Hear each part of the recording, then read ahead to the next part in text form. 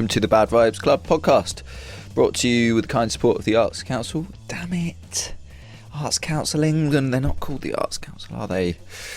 Thanks for tuning in, or downloading, or listening online, or whatever you're doing, and thanks so much to everyone who's listened to Joe and Sam's podcast. So that's the last interview that we've done, and kind of the first real podcast that we've done of this series, and just being so kind about it. And there was an accompanying article on Corridor 8 magazine, and people have just been retweeting it and saying really nice things about it.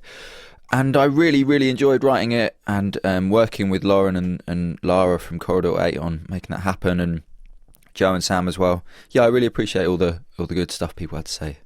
If you haven't heard that, obviously you can go back and listen to it. And yeah, so what am I doing? I'm drinking coffee. It's cold. It's May.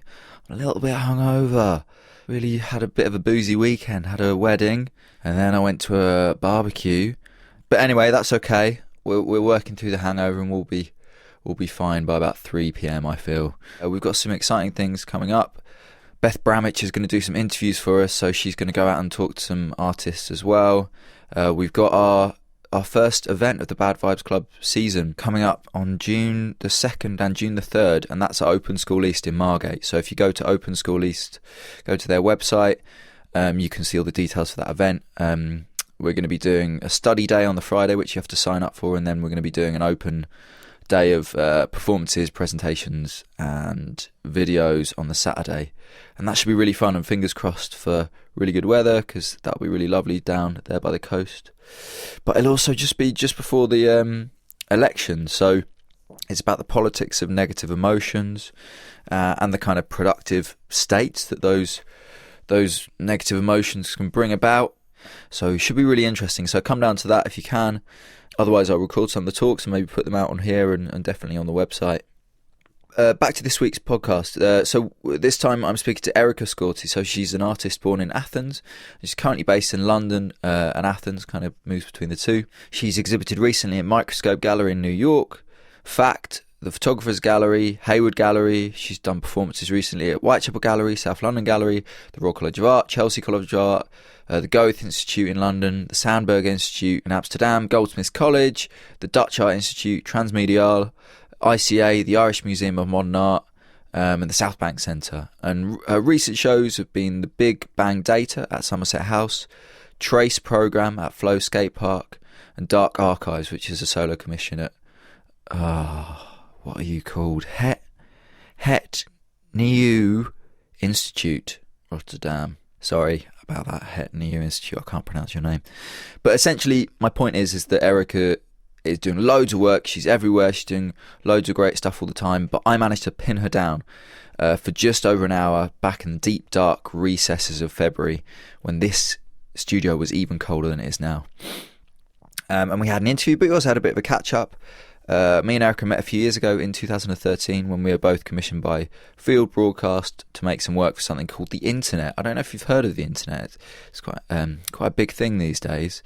And that year was the same year that Erica was doing a long-term project called Life in AdWords, where she would email her daily diary to her Gmail account, and then she'd kind of perform back to camera the list of suggested advertising keywords that came up out of her personal diaries. So even then you could really get the textual feel of Erica's work, where this personal stuff and the digital stuff, they kind of collapse, and then she uses that new quality of not quite data but not quite information and turns it into a kind of poetry. I think she's been developing this way of working ever since, and you can actually hear in the interview that we talk about a recent project she did for the Welcome Collection in London, where she worked with a coder to produce a Twitter bot. And that takes content as well, actually from her personal diaries, but other sources as well. And it produces these collage poems in response to the Twitter users who follow the bot. Erica writes a lot for performance, also essays and other things to be read. If you Google Erica's name, you'll find incredible amounts of info, which is very useful for someone like me who's doing an interview with her. She's incredibly articulate about many things, but usefully for me, she has lots of interesting things to say about her approach to being an artist and the work she makes. So I think you're really going to enjoy this episode. It's great. I had a great time chatting to her. We talk about loads of different bits of her work, as well as her growing up in Athens and her family. We talk about self-help and self-care and the difference between those two things. We talk about holidays and we talk about meditation. We talk about how she uses her life in her work. And Erica also, right at the end, kind of talks about a piece of work that's in development and future things that are coming up. The interview, like I mentioned, is just over an hour, and we start off in the middle of a conversation about the possibility of moving away from London. Okay, enjoy. Cheers. Just now I was in Berlin just for a couple of days, and one of my friends was like, wait, explain to me why when you're travelling all the time you would choose London as your base. And it's like, yeah, when you put it like that, you know, it's true. It doesn't kind of quite make sense. But you've been here for a long time. I've been here for a long time, and like last year I was spending a lot of time in Athens and also just a lot of time travelling. And I think it's just really difficult. Like, you know, this is just something I've faced now for at least 2-3 years of like, how do you make a life that's not just like with a suitcase in hand? And if you have got that way of working, and you know, there is one answer to that, which is like, stop working like that or find another way.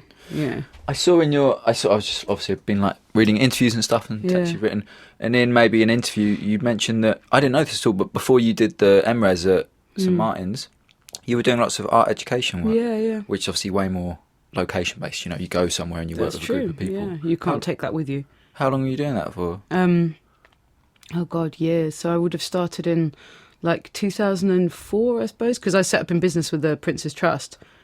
Doing that as my business. And I think I officially got on the books in like 2005. That was when I kind of started in business. But I was doing it from 2004 until easily like 2010, 2011. Was that like a conscious kind of political choice, wanting to work with kind of outside of the normal art world, or was it something you fell into? I think when at that age I wasn't thinking... It wasn't exactly a political decision, but at the same time, it was something that I wanted to do it. Like, that's what I wanted. You know, I wanted to work in that educational sphere. I do think that some of it came down to my own background of not kind of... I didn't come from a background where doing art was something that you did. So I think I had that as... I did have that feeling of like wanting to be able to work with people who might not have felt that art was something that was for them.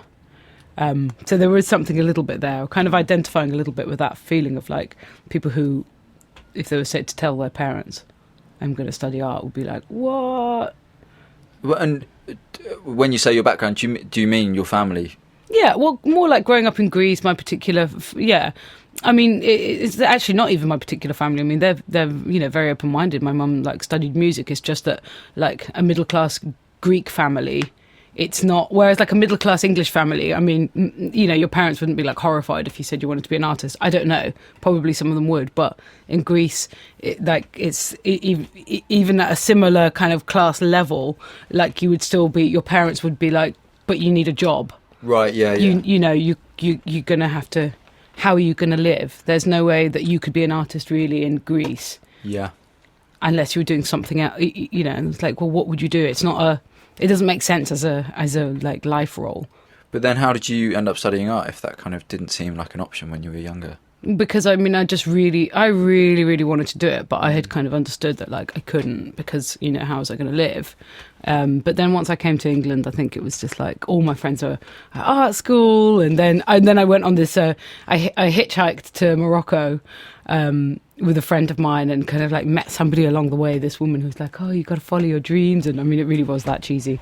And then I came back and was like, "Right, I'm quitting."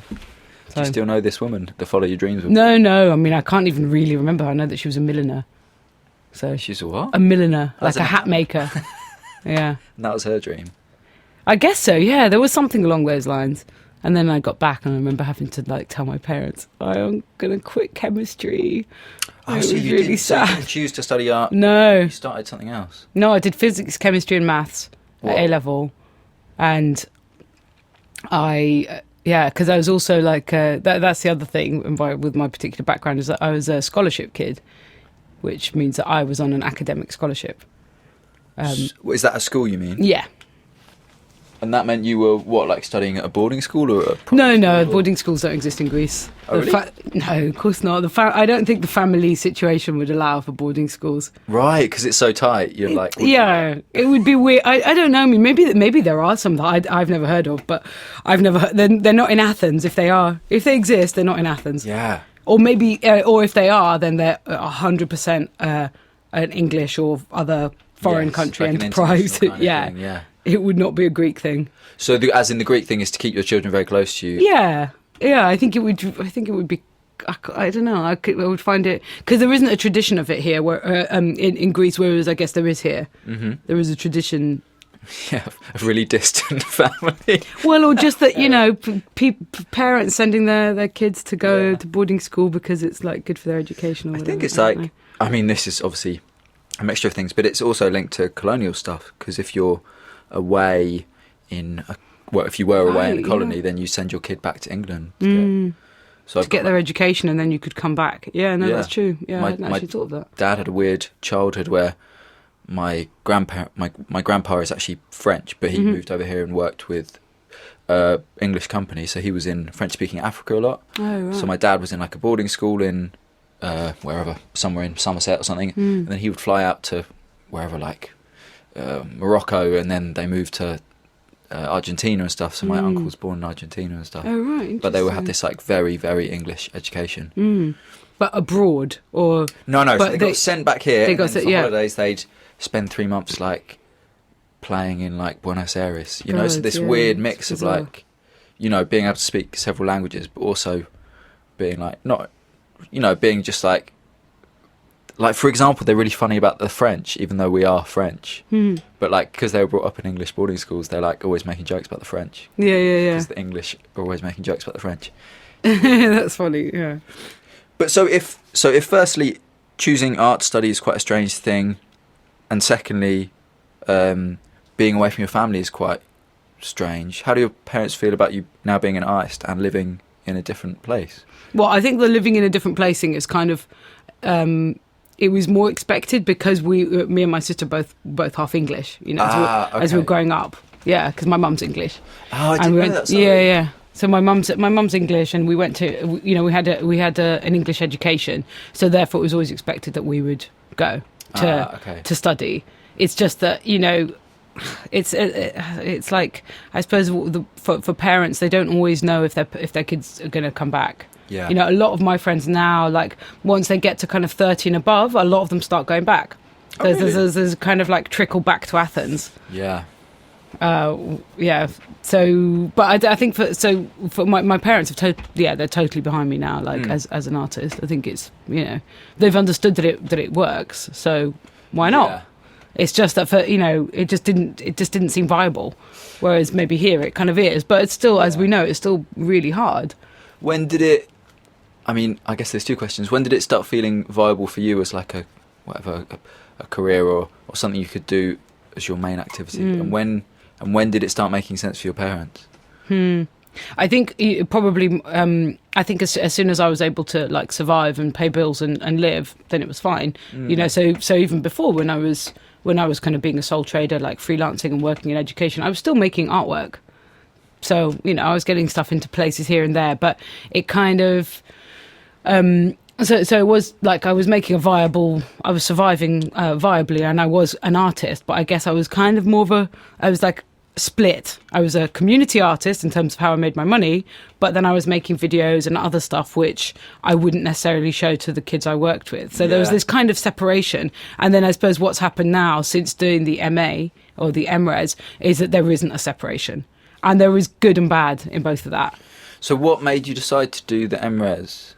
I think I had reached a point where, I felt like I was kind of just, my heart wasn't 100% still in the working with young people. And that felt kind of wrong. It's not really, I didn't really want to be doing that. Like I could have got further up into kind of more management stuff. Like I could have started making a kind of charitable organisation or an educational something. And being like the CEO of it, and then had managers underneath me. But it's like I didn't really want to carry on doing that. But at the same time, I'd started to not really have my heart 100% in the workshops, and then it felt like, okay, well maybe now I have to take that leap into putting trying to find a way to make a living from my artwork itself. Yeah. But obviously, that's a tricky one. Yeah. So tell us about the MRes, because I kind of know what it is, but obviously if people listening to this might not know. It's a Masters of Research, and it was a new course at the time. And I mean, to be cynical about it, I think it was slightly kind of dreamed up by St. Martin's, because it was one of those courses which didn't require studio space, so that was good. I mean, you still paid fees, probably less than what you pay on a practice-based. But it's the thing about it was that it was a non-practice-based MA. So it's a research MA, and you don't get studio space, and you don't show I didn't show my work as for coursework. It was only kind of written stuff, and we would like organise symposia and present papers. It's almost like training more to be a kind of either like a film curator, because it was in moving image. Yes, it was of course, yeah. MRes art moving image, and it was linked somehow with Lux as well? So it was kind of, I mean, I think that was the big draw of the course, that it was linked to Lux, which meant that you got access to I mean, you didn't have access to their archive in the sense of like, oh, hey, can I turn up and look through the archive? But the people who would come in and run seminars would draw from their archive and would show us stuff. And you were just kind of really connected to this long-standing institution and distribution network, and all the people who would come through and do talks and, connected to Lux. And so we were there kind of 2 days a week, and then at St. Martin's 2 days a week. So it was pretty good from that point of view. And so was it a conscious decision to... So it's interesting because you were changing what you were doing, but you were kind of focusing more on your practice, but you did a theoretical MA. Yeah. And then also it has this focus on film and video. So were they two conscious decisions to do a theory thing based in film?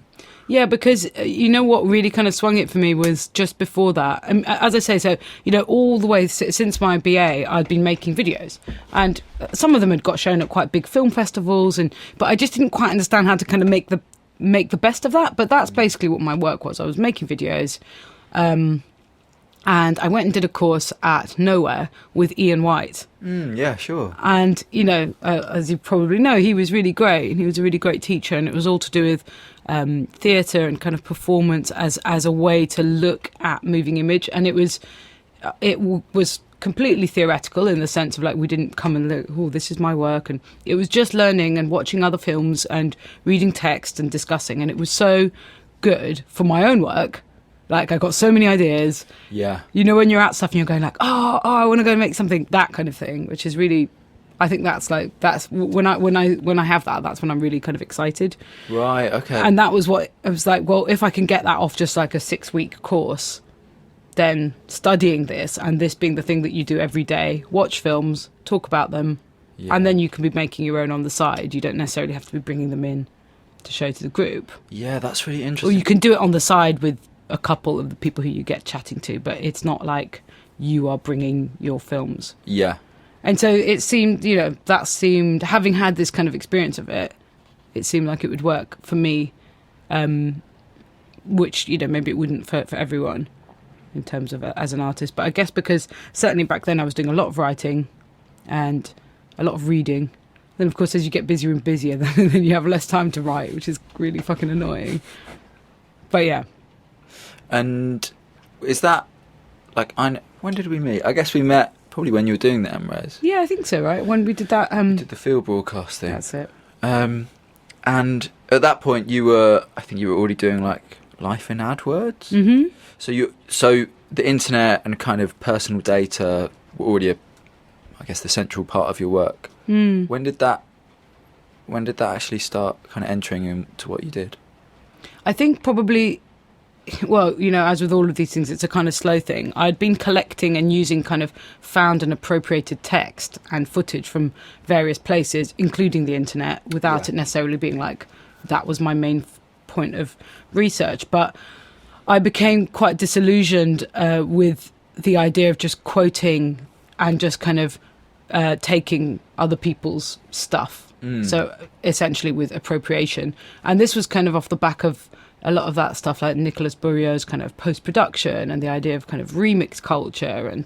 And I really started to kind of question how that lets you, the artist, off the hook in some way, because you're just kind of quoting from the culture and maybe remixing it and doing something different with it, sure. But how are you reflecting on your own position in it?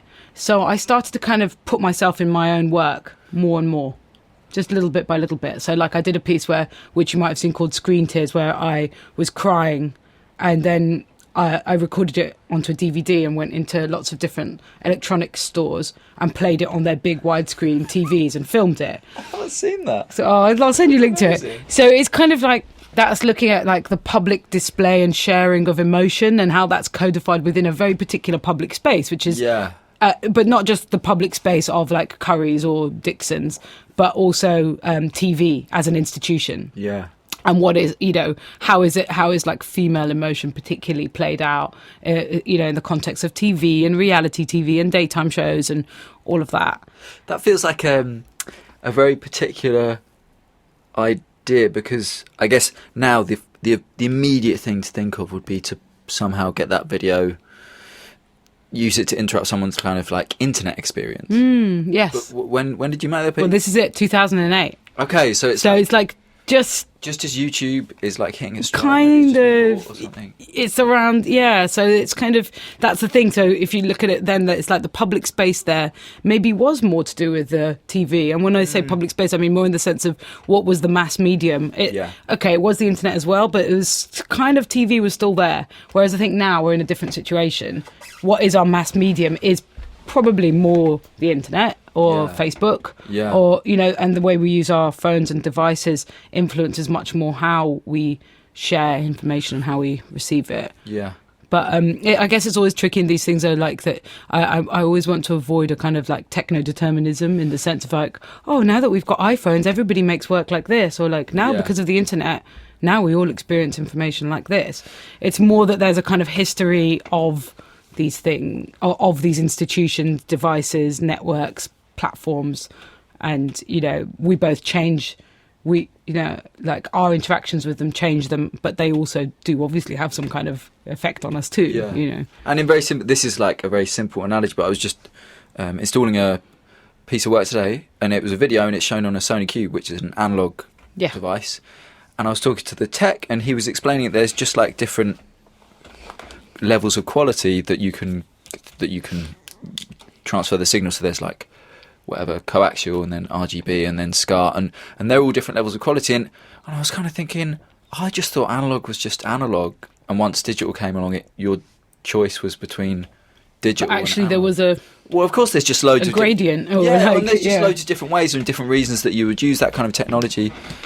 And my point being that like once we're now at the stage where it's very hard to imagine another mass media ever having been as dominant as the internet is now. But obviously there was television, like even up until 2008 or whatever, that was easily the biggest way of disseminating information. And then there will be something else in the future that isn't the internet.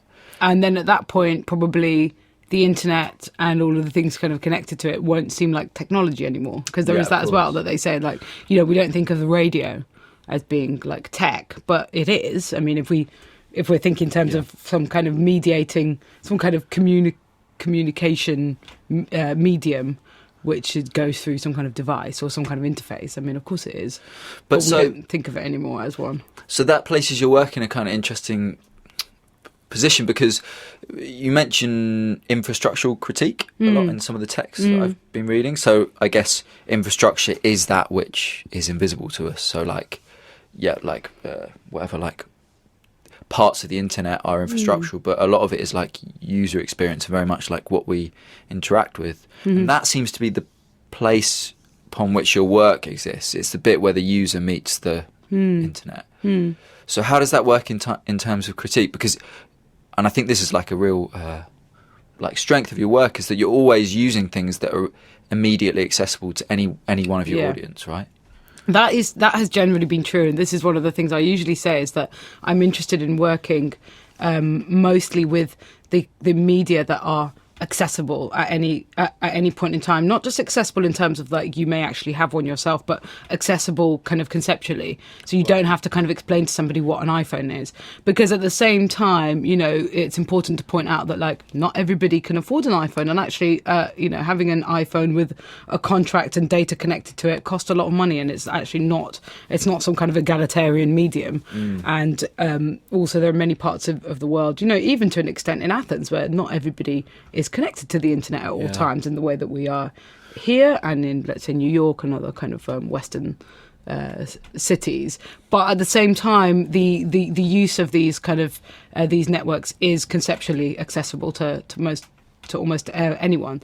So there's something interesting there in terms of what is an artist doing that's any different. If we're all using the same kind of tools and the same kind of platforms, what is an artist doing that's any different? That's definitely where my work was, but I think at the moment, particularly with some of the work I did last year, where I worked with a coder. I was just going to ask you about that. Yeah, there's a little bit of a change there, because not everybody can have a coder, and not everybody necessarily even understands how that works, including me. So this is Empathy Deck, yeah, which is for the Welcome Collection. Do you want to just say what that project was? Yeah, so I mean, Empathy Deck was the first time that I worked with a coder, and it is a live, responsive Twitter bot, which it follows people. Once people follow it, it follows them back, and it kind of scans their tweets for particular words, which I've weighted, and if it finds one of the words that it can respond to, then it attempts to make a unique empathy card. So it's like an image. Basically, you get sent an image and it's to you and it's unique and it's based on what you said. So it's kind of responsive. It's like a kind of proxy friend, or it's a kind of proxy version of me that attempts to, that gives you this little kind of gift, almost like a kind of thought for the day type thing, which draws on my diary texts, plus a whole collection of self-help and like self-knowledge literatures. So not how in the sense of the coding, because I guess both of us are probably in the dark. Yeah. But like, so it's drawing from like what, just one huge document full of your text and all these other people's text? So there's two texts. There's the kind of primary text and the secondary texts. The primary text is the diary.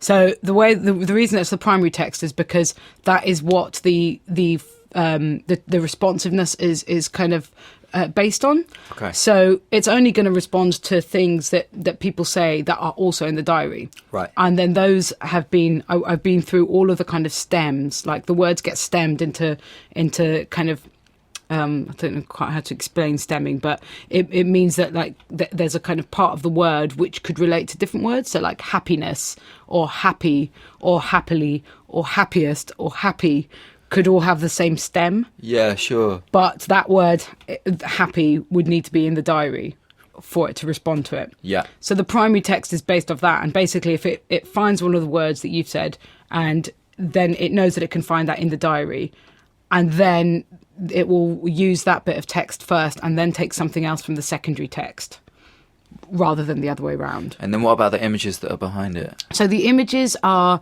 kind of... Last year I was working quite a lot with collages, which again, people don't always realise that I work quite physically as well, because of maybe what has circulated of my work. But I was doing a lot of collages. I was kind of interested in quite a lo-fi medium, almost like something that you would do like as a kid, or again like in an educational workshop. One of the things we used to do a lot was mood boards. So they're kind of got that kind of vibe, except they're not actual necessarily pictures of things. They're kind of collages, but they've got a slightly art therapeutic or like rainy Sunday afternoon kind of vibe to them, rather than really kind of considered artworks. But they were. I made them kind of card size, so that would almost be like something that you'd give to people. Okay. And and in fact, it was the idea for making them like that came from the fact that for a couple of years I'd been making people cards, like Christmas cards and other cards, in that way. So they were kind of they've been kind of transferred into the deck, and those are the cards. So those are the backgrounds. Right, okay, yeah. Some of them are kind of stylized, like some of them are filtered, some of them are black and white. So within the actual deck, there are 4 sets. Right. Okay. And they've got 4 different formats in terms of color, font, positioning, but also the way that the text is generated. So some of them are couplets. Oh, right. Okay. They rhyme. Some of them are kind of primary text, secondary text, primary text, so a little bit kind of knitted together, So all of these things, this is all what I worked with the coder on. I was going to say, so how much of that is just you exactly saying to the coder, I want this done, and how much of it is you collaborating, kind of talking through what's possible? I think it's a bit of both, because there's obviously some things where you have to be able to make the call, but also because if you haven't worked with it, you don't know until you've tried it out, and then they'll show you something and be like, that works, or like, can we have a bit more like that and a bit less than that? And then there's all stuff to do with like the length, how long should it be, and all of that stuff. I mean, all of that was just kind of back and forth and like sitting with him. Tom Armitage, I should say, is him, Tom Armitage. And just testing things out and kind of tweaking, lots of tweaking. So, I mean, in lots of your work, you've kind of talked about this like personal proxy or the kind of outsourced labour of online culture, but this is just a straight up technical collaboration. You're sat with someone in a room, going through what you wanted to do and beta testing and this kind of stuff. I mean, I think it's a good kind of connection to make there, because this is more like me working with somebody else because they've got a skill which I haven't, but there isn't something kind of maybe like emotional or personal being risked exactly in that collaboration, apart from the fact that, of course, Tom has seen my diary in quite like he has, I'm sure he hasn't sat there and read it, but I mean, I've given him it, so if he wanted to, he could. And also because he had to stem it all and put it all into sentences, not by hand obviously, but I mean, okay, so he's definitely, so this is an algorithmic process that he's okay, but I mean, he's got the text, like, because we would, especially at the early stages, when it was just the diary that had been put in, or but it didn't, at the same time, I wasn't asking him to do something with it in the same way. So if you look at, let's say, The Outage, the ghost-written fictional memoir, that's quite different, because there it's the whole gesture of like the gesture I was actually interested in there was almost playing on this kind of fear of breach or of kind of digital violation, which can be as kind of low level as like leaving your phone on the table and then you get a WhatsApp message and somebody else might see it, but right up to identity theft and kind of like somebody breaching your online banking. All of those are somehow in the same kind of sphere of your devices potentially leaking and betraying you and allowing somebody else access to that kind of imaginary protected interior space that lies behind the password wall or the shut laptop. But so if this is a ghost-written memoir, a ghost-written fictional memoir. Okay, that's what we called it. And it's based on data that you passed on to this writer. Yeah, as well as, obviously, because, I mean, the idea was to get... I was really fascinated at the time with this idea of that, like, could there be a kind of master profile that would kind of, like, this is how you appear? And, of course, as I started to do research into it, I was like, well, of course there isn't. It just depends on who's doing the looking. What lens is being used? Is it because it's for... who's asking, essentially, and depending on who's asking, you're going to get a completely different profile every time. But initially, I had been fascinated by this idea of the kind of Boris Groys quote talking about that the subject is the keeper of a secret, the holder of a password that they know but nobody else does. And then it's like, what would it be to give somebody that password? Which you can't actually do, obviously, because.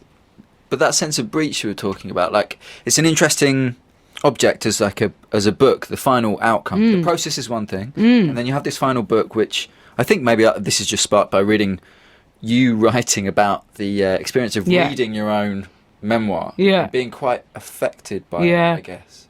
Yeah, it was very affecting. But I guess there's a split there, because you're the one who experiences the breach as the artist, but then you're also probably the only one who experiences it directly, at least, as a reader. So then you've got this kind of strange artifact, which is the final book, which is, I can go and buy it. But when I read it, what do you think that I read? Yeah, so it's a hard question. No, it's a really good question though, because I mean that was the other thing that I really thought about at the time, and I spoke about it with John, who wrote the book. It's like I didn't want it to just be a conceptual gesture where you're like, okay, well, why should I read the book? Yeah, I've exactly. I've heard the story. What's in the book? In the same way that, let's say, work like kind of Kenneth Goldsmith's, you could kind of say the same thing. Like, okay, I've got the concept. Why should I read it? What's in it for me? So I did want it to be something where like there's something in it for the reader.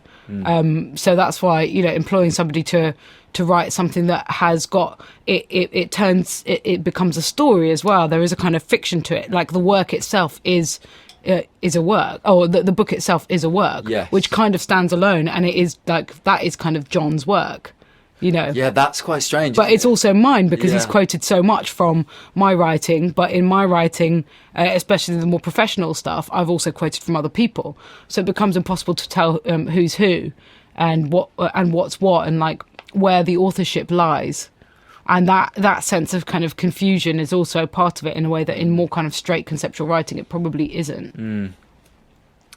By doing these kind of actions where you kind of give away data, I was reading your piece about ritual and self-care. I wondered if there's like a sacrificial element to giving away your data, so that you protect yourself against some kind of like imagined I don't know, real breach, which would, I don't know, I can't imagine what it would be, but whatever, identity theft or something like that. Is there some kind of ritualistic element to it? Yeah, I mean, I've thought about that as well. Like, well, there's kind of different ways of looking at that as well, which is that there's what is that gesture of like offering yourself up, and is that something whereby you almost take on or kind of act out people's fears in some kind of pedagogical way as well, which is that like I'll take on those fears so kind of you don't have to. So which is maybe there's more, I mean, I haven't thought this one through exactly, but maybe that links more to an older idea of kind of catharsis or something, where the viewer is kind of, there's something kind of almost cathartic through that, because they don't have to do that themselves, but they can see somebody else who has, in a way.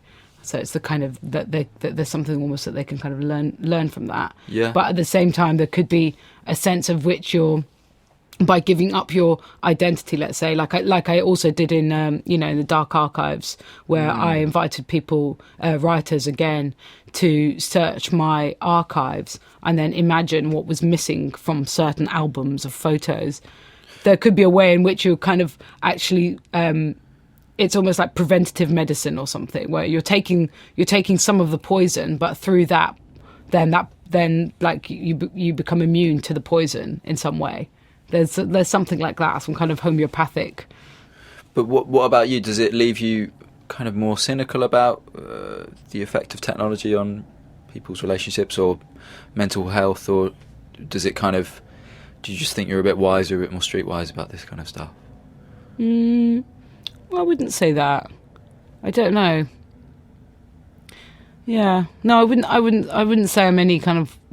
Wouldn't say I'm kind of any wiser than anybody else, apart from just the fact that I've spent time thinking about it, or But maybe it's more about kind of how do you. I suppose this is always the thing when you're working with any kind of personal sphere. Is like, how do you make it so it's not just like me and my stuff? How can you work with it in a way that it's also says something to other people and relates to their experience in some way? So I mean, again, with the book thing, it's like, is it just something where it's like, oh well, you need to do one yourself and then you can get it, or is there still something in that that's that's interesting enough by itself? Yeah, I see what you mean. I guess the book is a very particular one because it has these two lives. One which is the process, which is a very interesting process, and then one which is the kind of the text itself, which is what's going to live on. Which is what's going to live on. Which that's quite a strange idea.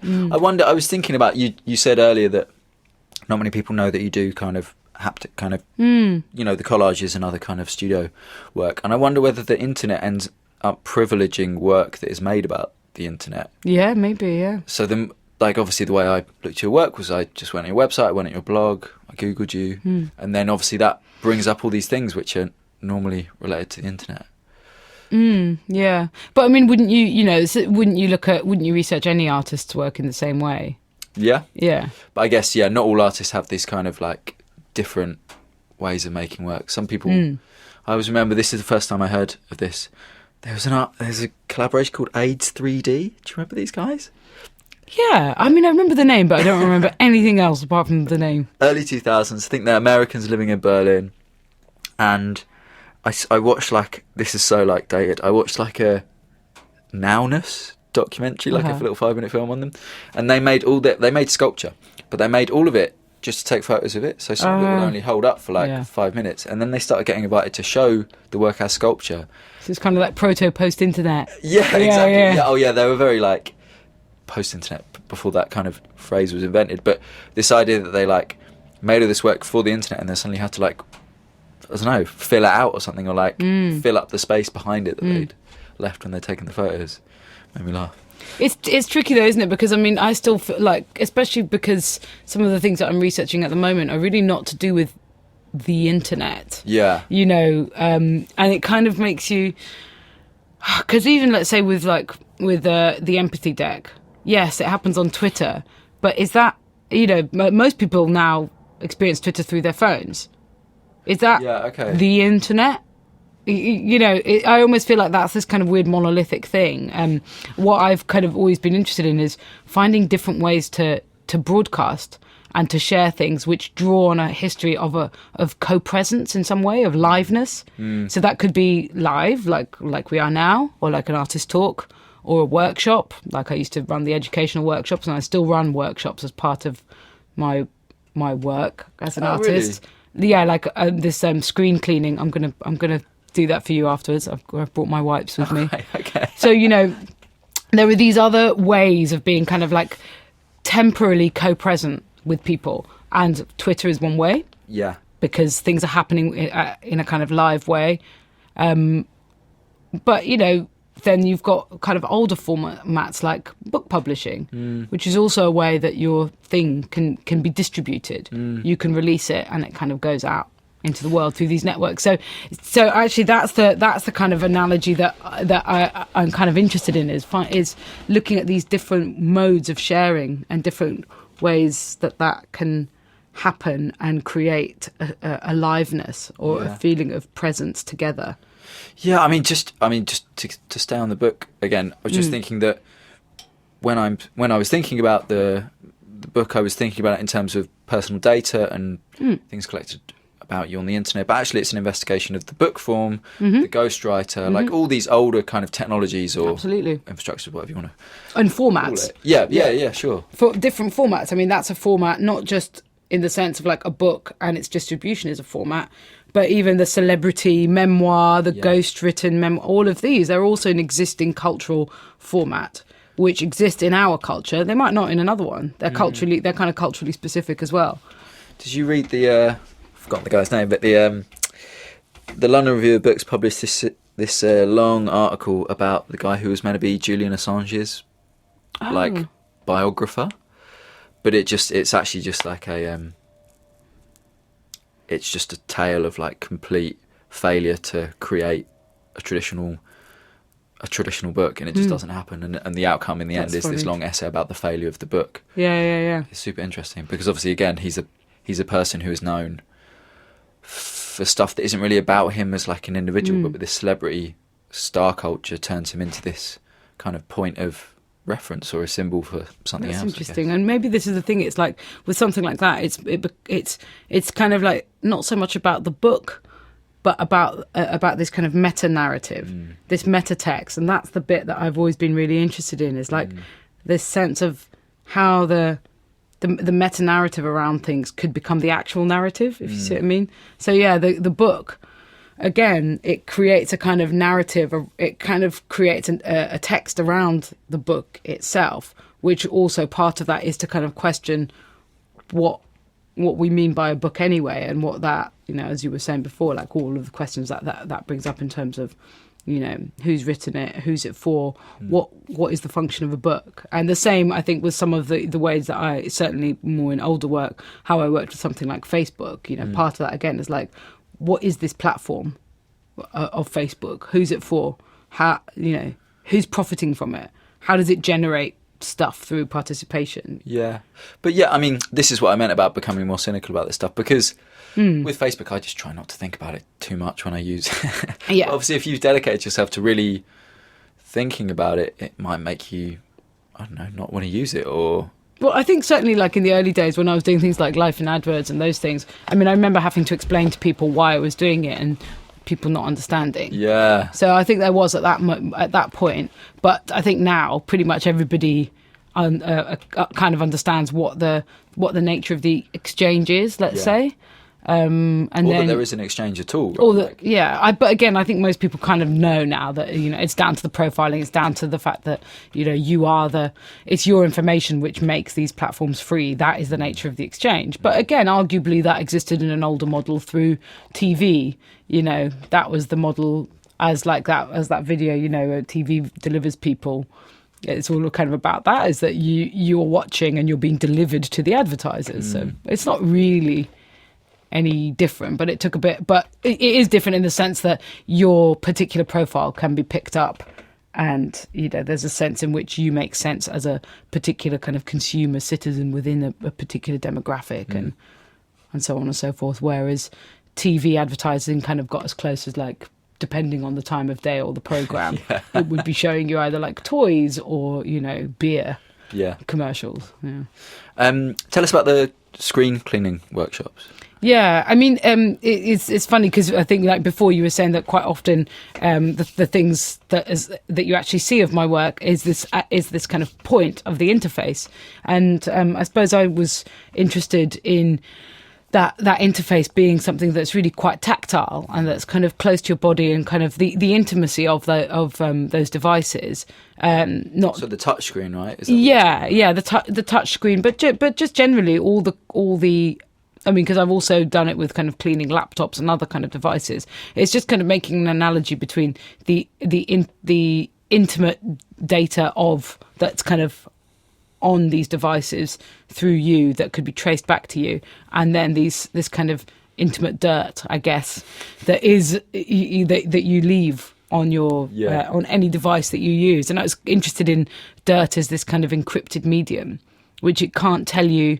It can't tell you what happened, but it can tell you that there was presence. It's like so this metadata idea again, I guess. Yeah, in a sense that, but of course, so the cleaning of it was this again this gesture of like instead of an artist kind of trying to, let's say, grab attention and trying to kind of get you to look at their stuff, or kind of like making big gestures, big performative gestures that take up space and noise. Could there be a way of doing something, working with this kind of tactile interface, which was more about almost like providing a service, or kind of being helpful, or caring for something, and, you know, like it kind of putting the artist in a different position. So what actually takes place in is it performance, or is it a workshop, or? It's more like a workshop, but I also do it just when I've kind of met up with people that I clean their phones for them, and or their laptops. But I've also done it at like Wising Art Centre. I cleaned all of their devices, so like their phones, the computers, the keyboards, personal laptops, phones, and then with that one, I then used because I did it on cloth. I embroidered them, so it was kind of about like trying to take readings off these marks. So using the marks of the dirt as if they had meaning. As if there was something that could be interpreted from them, a bit like reading kind of coffee grounds or something, which is what my Greek grandmother used to do. Yeah. So that kind of, and that kind of connects to like forms of divination as well. Like I wrote in that rituals piece, so that sense of how you read patterns and meaning into chaos and kind of nonsense, and looking for some kind of signal. Yeah. So all of those things were at play. But at the same time, I mean, one of my main inspirations for it was Emile Lademanukile's work on maintenance art and cleaning. This is the feminist artist from the 70s. I think that's when she did this project, I think. And she was based with the New York Sanitation. That's it, yeah. Agency, or I don't know what it's called, but yeah, I just saw a big solo show of hers at the Queen's Museum in New York, and it was great. Yeah, it's quite far out. It took like 2 hours to get there, but it was really great. I think it's still on for a while. So yeah, she did this project called Touch Sanitation, where she shook the hands with like 8,500 workers from the sanitation department. But I think maybe just before that, she'd been doing these works where she would just like clean the museum stairs and clean the kind of caskets and of like the vitrines or whatever.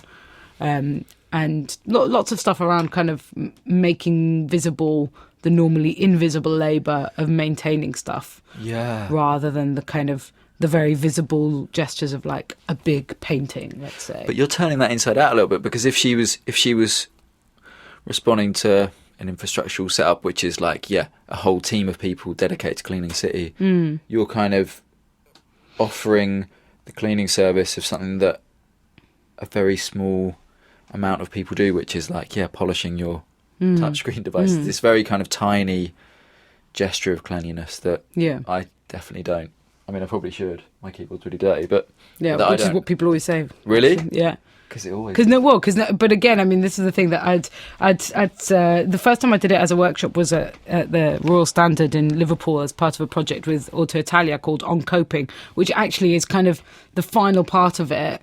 Is launching like next week. Oh, okay, great. Because we also did a residency last year in Finland, and so I was kind of looking at these ideas of coping and coping mechanisms and methods, and my contribution to that was this like workshop where it's not just that you because I wasn't cleaning everybody's devices, but I had all of the kit there, and I had these kind of embroidered cloths which had different like instructions on them or different words, and then we were just passing around the cloths and cleaning our devices, and at the same time I was asking them to send me deleted stuff off their devices. Okay. So there's kind of making this analogy between having to stay on top and maintain things like storage and space and filing and archiving and all of that, how this becomes this extra work, which nobody tells you is work, but it kind of is, because you need to find time to do it. Or things come in and automate that. Although I don't think you can automate the cleaning of a phone.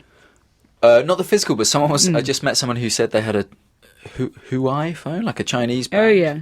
And he said that every Monday or something, like a little message pops up and says, this app is using this much space. These files have not been used for a while. And you can just press a button, it deletes everything. There you go. So it's like the automation of like, I don't know, administrating your phone. Yeah. Of administrating like the kind of micro memory like chunks and kind of trying to free them up. Yeah. And then that's the thing, then like running a workshop where everybody can just sit and like clean their phones and just delete stuff off their so there's this weird way of just kind of creating a space for that kind of stuff which we never have time to do, and which isn't really considered work. Like you couldn't be like, oh, well, I was late, I didn't have time to do work because I was cleaning my desktop, but I mean it takes bloody ages. I was doing it yesterday, it was like fucking 45 minutes to clean up my files, like that is work. And how does this? So On Coping obviously is a wider project, and that's more about self-care and like not only, but that was part of it. It was kind of looking at. I think when it started in 2015, part of the things that we were interested in was like, I guess in tandem with a lot of what Auto Italia are interested in terms of like how do artists work, what is artistic labour, where do they work, and for whom. So I think that was kind of where the On Coping thing was looking at. It was like, what are the different ways that people also make sense of the world? So that's why there was like a kind of a horoscope astrology reading with Louisa Martin, or there's things in which it's to do with how do we address kind of being able to take care of ourselves, not just personally, which is normally what self-care relates to, or rather, self-help relates to, but also kind of collectively, and which I think those questions have only got kind of more and more urgent in terms of how do you care collectively for things that matter and make space for them, particularly if a dominant culture doesn't consider them important. And what kind of things are you talking about? Well, I mean, I suppose, if you read the text that I wrote, the one on kind of rituals and self-care, and I'd kind of quoted from like a very widely read blog post by Sarah Ahmed where she's talking, she's also quoting from another very well quoted Audre Lorde text about self-care not being an indulgence and it actually being a Yeah. radical act for those who are non-dominant in society, whom like the existing systems have not considered important enough to care for. So then so Audre Lorde, writing as a black lesbian feminist, was, kind of making the point that if she didn't take care of herself, then she couldn't expect the system, the existing social structure, to take care of her. So that was a radical act. It was it was a point of pushing against it. But of course, self-help, especially in the way it is now, is very much kind of marketed certainly as something which is for the individual. Yeah. And I suppose some of the questions that I have is like, how do we get past that? Particularly when in my work there is quite a lot around kind of therapeutic processes, and I've done things like unsent letters, but even the diary form, the journaling, the kind of collaging, like all of those things are kind of related to like that sphere of self-help. Yeah. And how does that not become just kind of solipsistic and kind of like, well, I'm just going to make sure that I'm okay and the world can burn, which is like Zizek's and many other people's beef with like meditation or kind of Western Buddhism. Yeah. Is that it kind of... But you meditate. You were saying you were going. Yes. Yeah, I do meditate. Yeah. Silent retreat. Yeah. And how does that? So maybe that's an interesting point of like where you're. I don't know. I don't even want to say that, but I was about to say real life. But like your day-to-day life, maybe you meditate every day, or maybe you do it once a week, but kind of rubs up directly against the kind of artwork you make. Absolutely. I mean, and that's the thing. I am really interested in that. Like, how is exactly that space? How does that become the work? Again, it's a kind of going back to what I was saying before about this kind of meta text, like, rather than that being like all the stuff that's around the work, that it actually becomes the work. And ironically, it's almost like the stuff that you have to do in order to be sane enough to be able to do the work, kind of somehow making that into the work. So there's a kind of tautological, a kind of circular argument there in some way, a kind of logic game of some sort. But have you already made work with or about meditation, or are you? I have made some stuff about meditation, actually, like directly about meditation, where I did this. On the meditation app that I use. I mean, it's just got bells and whatever, and you time it. But what does it do? Explain it. So you have presets, and you have a choice of bells, and you can put it for like 20 minutes, for however long you want. Oh, okay. And it's it's very useful. It's just something you use every day. It's got like a little diary that you can log a diary at the end, with any kind of insights that you've had, and so you can put interval bells. It makes sound of whatever's kind for a certain length of time, so you don't have to like look at your clock. Exactly. Or have an alarm go how long have I been here? Yeah, completely. Yeah, okay, that's what it's for. So it's just for timing, essentially, but it's just a little bit fancier because you can choose the kind of bells. Yeah. And what's your preferred sound? I could actually play it for you. But, yeah, go on. Yeah. What did it? So, I mean, I do different ones so that I'm not always just doing the same thing. Yeah. Does your meditation kind of end up becoming like a route? Yeah, like it does. Things you end up thinking about on trying not to think about or whatever it is. Well, yeah, that you find yourself just kind of doing the same thing, definitely. That's interesting, isn't it? Where you're like you have a little routine with what you do. This is the 30-minute one. But it kind of bongs at the beginning. It's quite loud.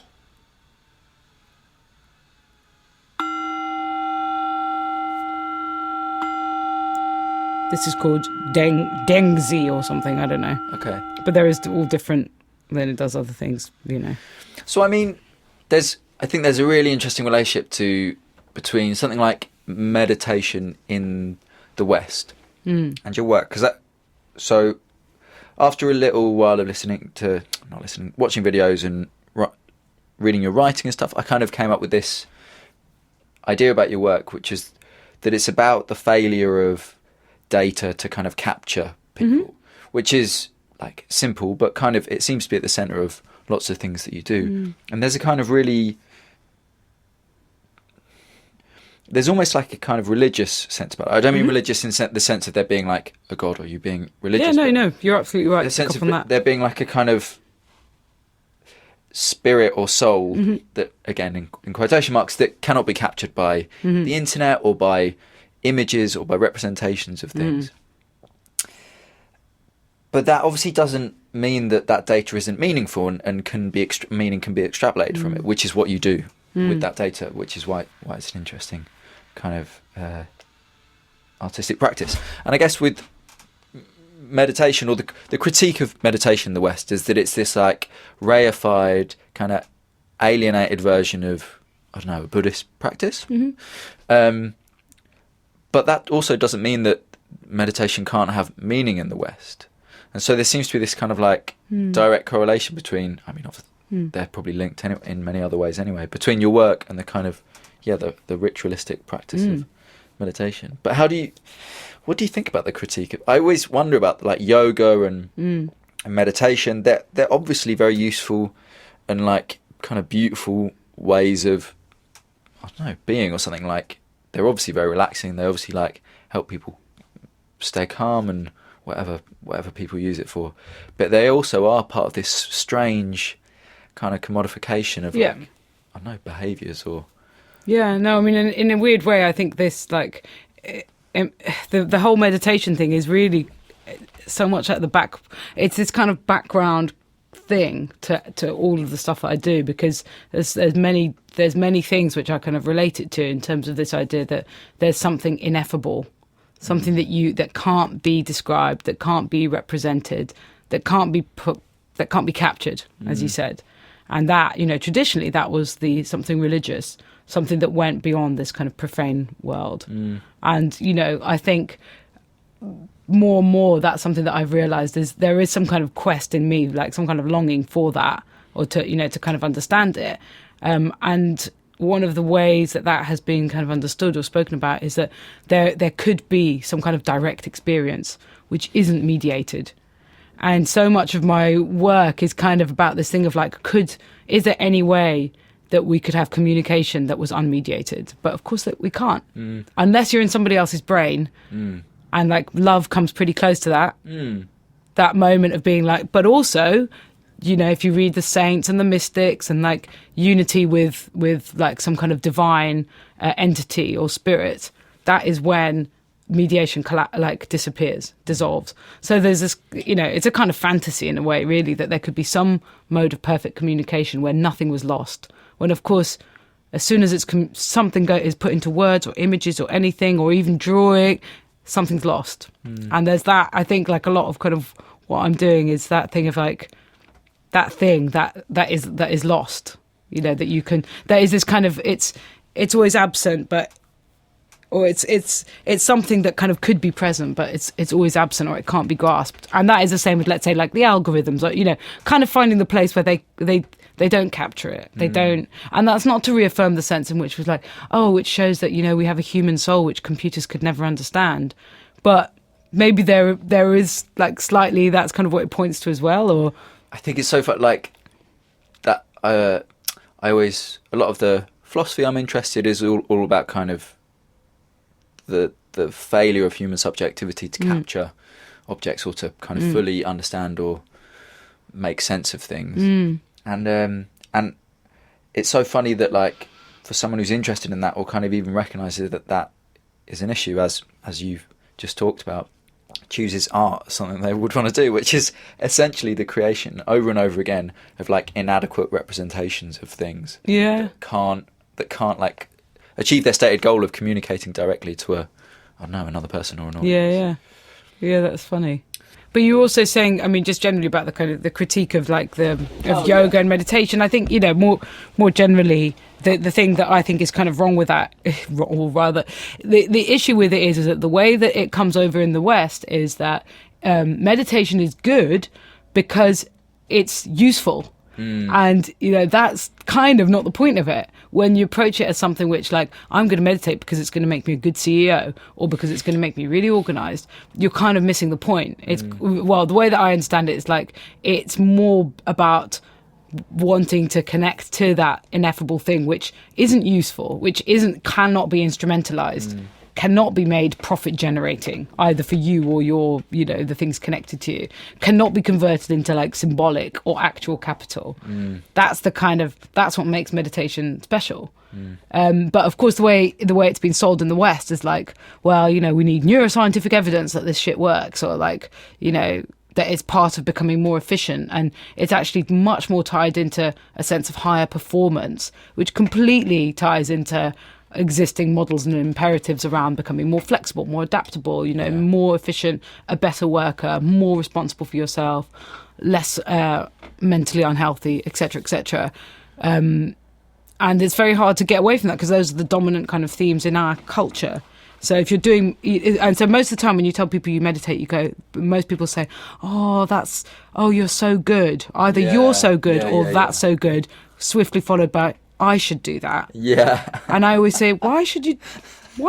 You shouldn't do that. I mean, if you want to, do it. Sure. But you shouldn't. It's not like you should do that, but you're not because you're probably lazy. Like that is so part of a kind of Protestant work ethic thing. Like, it's another thing that I should be doing, and I'm kind of probably flawed and sinning because I'm not. It's like, another thing to feel bad about. Like, yeah.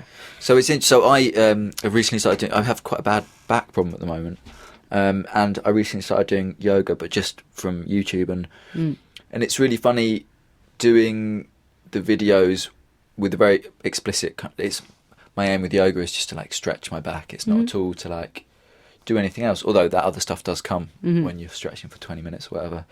But like watching the like high point of commodified self-care culture, which is like Californian women in like lycra on YouTube with like multi-camera setups, and they're all on Instagram, and it's like it's all connected, and they've got like and also I mean workshops that they run, and DVDs. Exactly. Well, maybe not DVDs so much anymore, but it's really interesting because I'm not even at that level with yoga. I'm not even like, I think it would be good for me to relax and I'm just like, I just need to stretch my back every day. Yeah. And so nothing from it really phases me, but it also doesn't really bother me. Like I'm not bothered by the fact that it's commodified. It's still the same physical movements, and it's still relaxing, and it still helps with my back. So there's a kind of weird balance you can find within it, I guess, which I guess you have to find, because otherwise you'd be constantly, while you're trying to meditate, thinking about the commodified nature of whatever Buddhism in the West or something. Yeah. And how do you think that'll pan out when you go to this silent retreat? Well, I mean, funnily enough, I think the person running it is a Westerner. I mean, because there is also something else to be said here about cultural appropriation. Definitely. Like to what extent is the popularity of yoga and meditation, all of that, actually a form of kind of cultural appropriation and taking from another culture and making quite a lot of money out of it. Thanks very much. Which I guess when you go over there, maybe that's different. And I mean, I'm clearly going over there as Where a are you tourist. going? Sorry, I don't even know. I'm going to Sri Lanka. Sri Lanka, okay. So, I'm clearly going there as a tourist, even though it does say this is not a relaxation holiday. Does it? Yeah. That's really nice. Which is funny, which I was glad to see, actually, because, again, I find it, I don't normally travel for when in a way that's not connected to work in any way. I was going to ask you, can you take holidays? Are you good? Not really, no. I mean, I do. I go to Greece a lot, but I'm always working when I'm there. Oh right, well that's not always, but there are sometimes I don't work. But I think this is something that I've struggled with a lot. Because of the nature of my work, there's always some way that it could become work. Yeah. And you could easily, and that often happens to me, like something that I will be genuinely doing something I will be doing as part of my everyday life will then be like, oh, actually I could use that in some way. Because like, for example, recently I've been after my recent breakup, of like kind of self-consoling by calling myself, because one of my friends had been leaving me WhatsApp messages because we're both so busy we could never actually speak to each other. She's in Spain, and so she would just leave me messages at like 10 minutes long, quite long messages, and then you'd listen to them afterwards on WhatsApp, and then I would send her one back, or just be like, that's yeah, really I'm okay. It's like a letter or something. Yeah. It's really like just very long voicemails essentially. And then I started just doing them like to myself, imagining, if I was to play this back, what do I need to hear right now?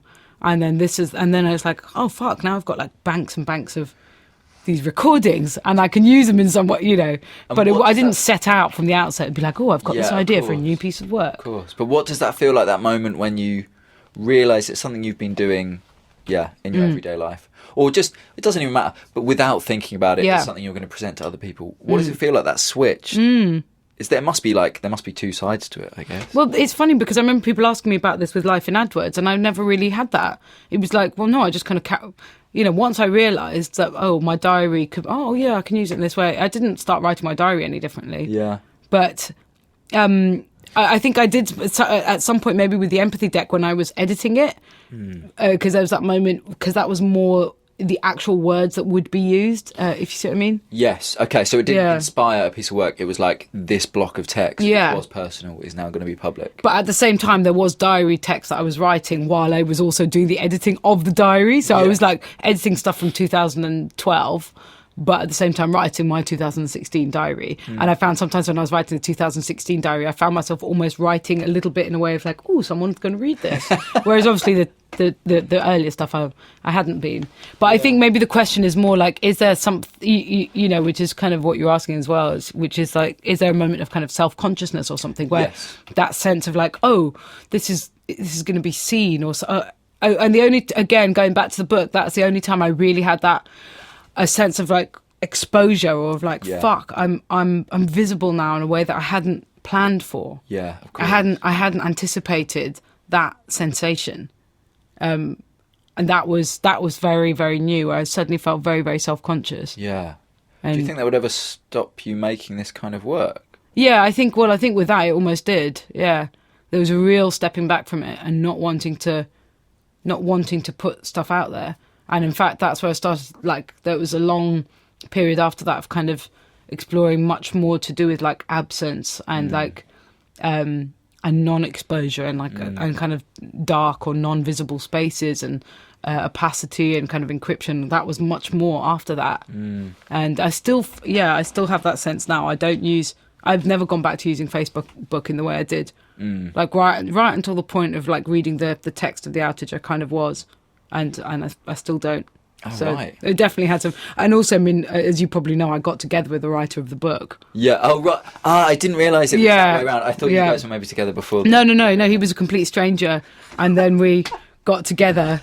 And that, so that was a real, like, concrete way that a piece of work completely changed my life. That is very... in a way that was inseparable from it. I mean, obviously, like, once you've been in a relationship for a while, you're not sitting there going, wow, remember the way we met? I mean, everybody has to meet somehow, but... Yeah.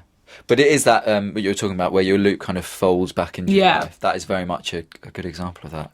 But there, it was like the distance kind of collapses to the point that it became quite like, that was a bit unmanageable. Like, I mean, obviously, you're not with this person now, but was it a weird part of your relationship, or was it like a kind of beautiful thing where he'd kind of seen all this stuff about you, so he kind of knew lots of things? I don't know. Yeah, I think it's like somewhere in between. I mean, I guess he being a very pragmatic person was just kind of more like, well, people meet through work all the time. And it's like, it's kind of true. Yeah. Whereas other people would be like, wow, that's so romantic. Or other people would be like, oh, that's a bit weird, like Stockhausen.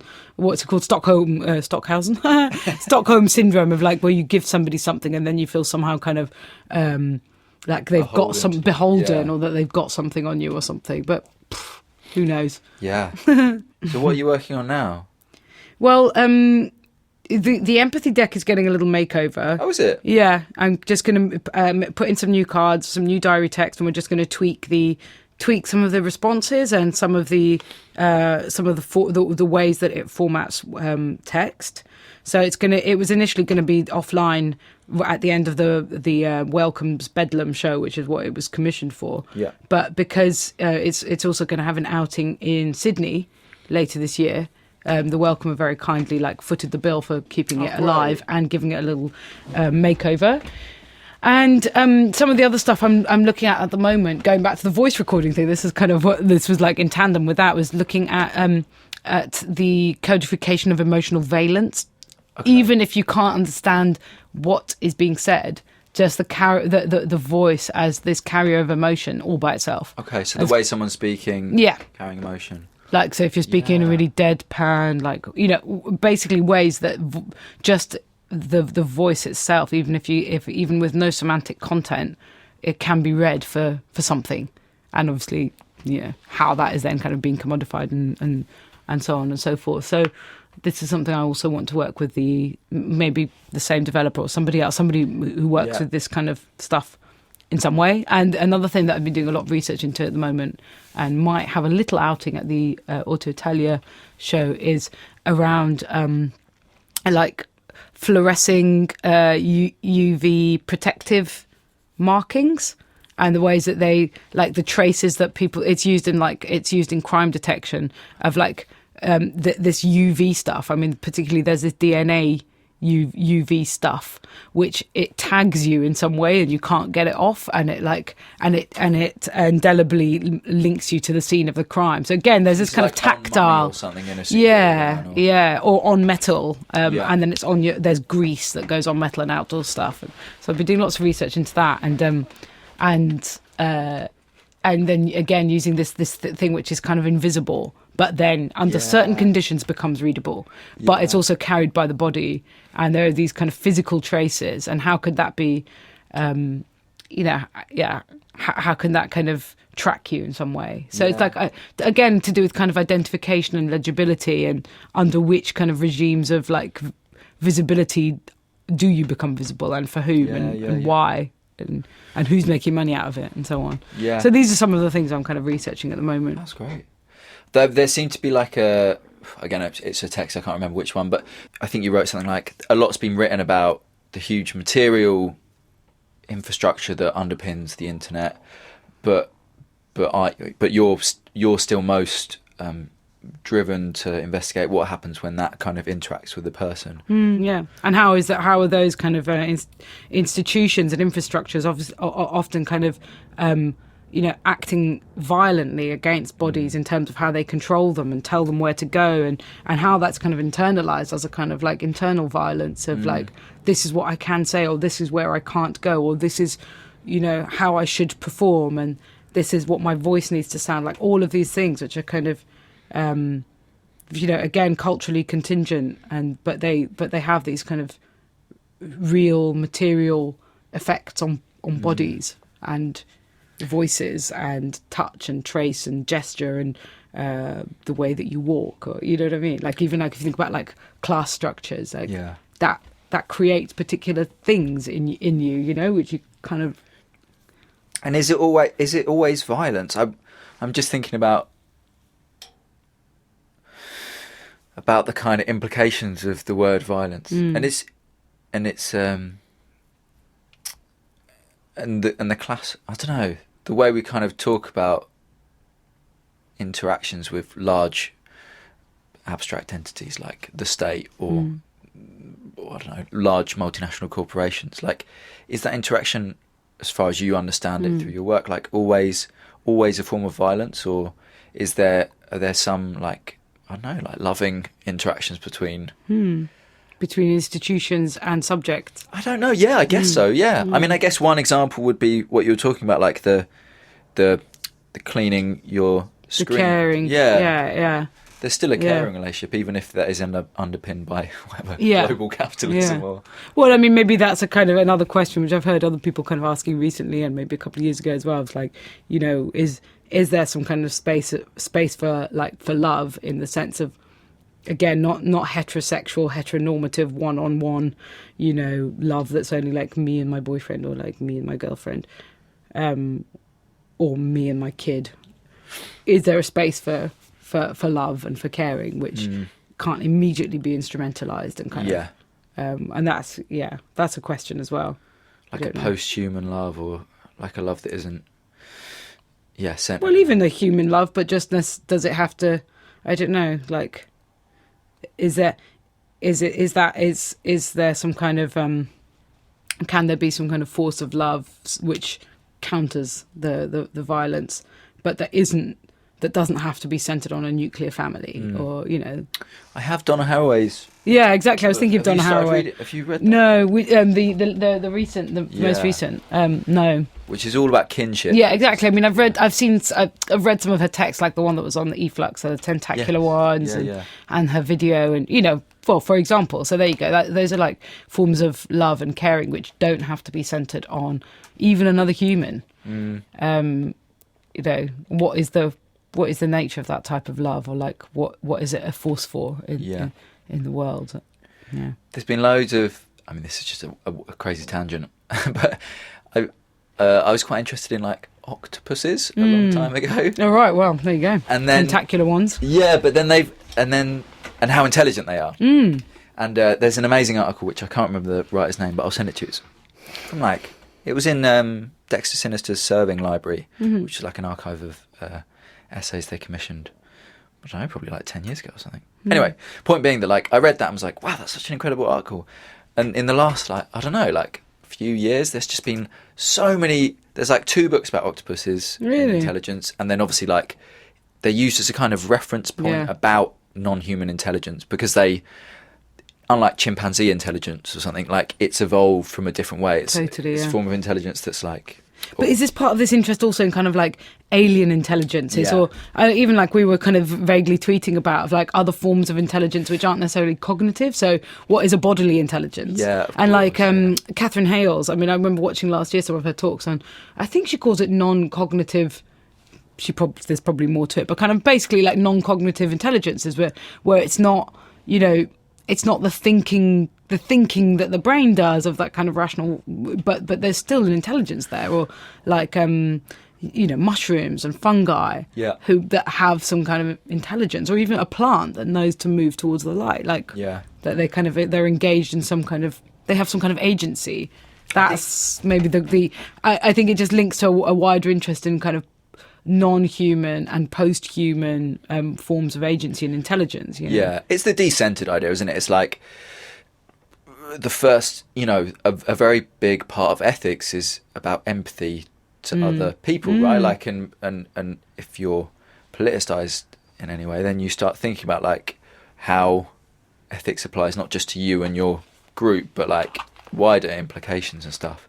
And I guess that's just spreading out to include non-humans as well, which can only be a good thing. Yeah, well, that's it. So maybe these are these forces of empathy and caring and love, in that sense, that if there could be ways of kind of creating affinities and solidarities between like previously unconnected entities, and which could be a force for good in the world we live in.